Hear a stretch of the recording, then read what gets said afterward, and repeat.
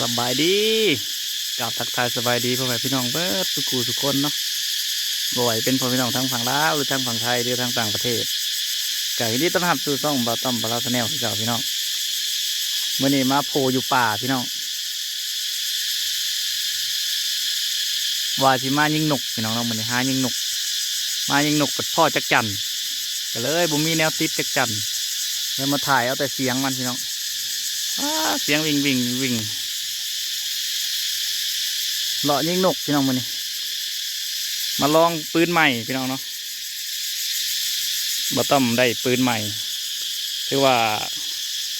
สั่งหมู่เฮ็ดให้พี่น้องราคาประมาณ 2,000 ปลายเนาะพี่น้องเนาะประมาณนี้เลยหรือว่ามาลองปืนใหม่พี่น้องซื้อมา2,500ไปเบิ่งนำกันว่าสิมานบ่มันราคา2,500สิได้เป้าบ่เนาะพี่น้องเนาะ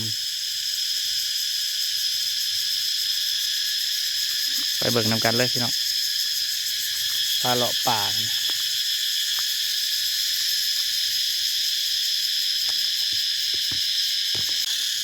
มีแต่เสียงจักจั่นแต่บ่ได้ยินเสียงนกเลย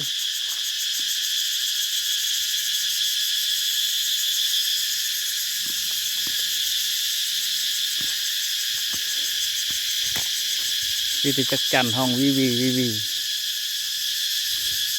ยังบ่ได้จักแต้มเลยพี่น้องคนยังบ่เห็นนก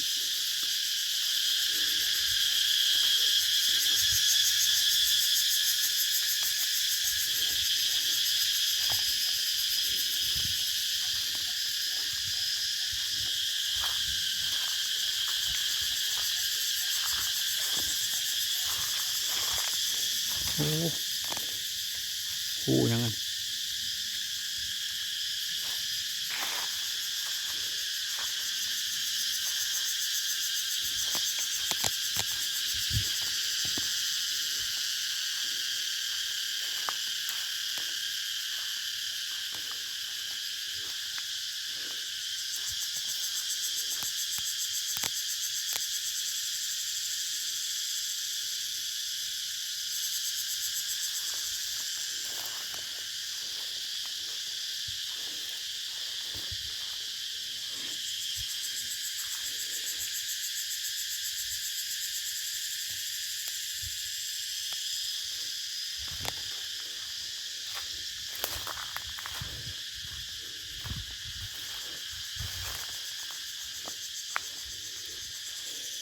บ่ได้นกก็ได้เฮ็ดปวกกันยังใครนะน้องพี่น้องเฮ็ดปวกบ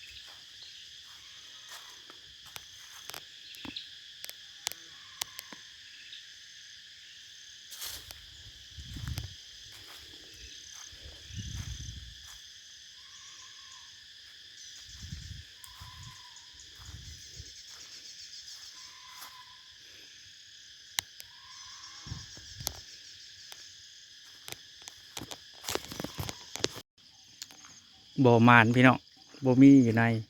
เดี๋ยวเราไปซ้อมนกกินมังไห้อยู่พูนอยู่แคมเถียงบ่ต้อม ไปดักมันมากินบางไฮ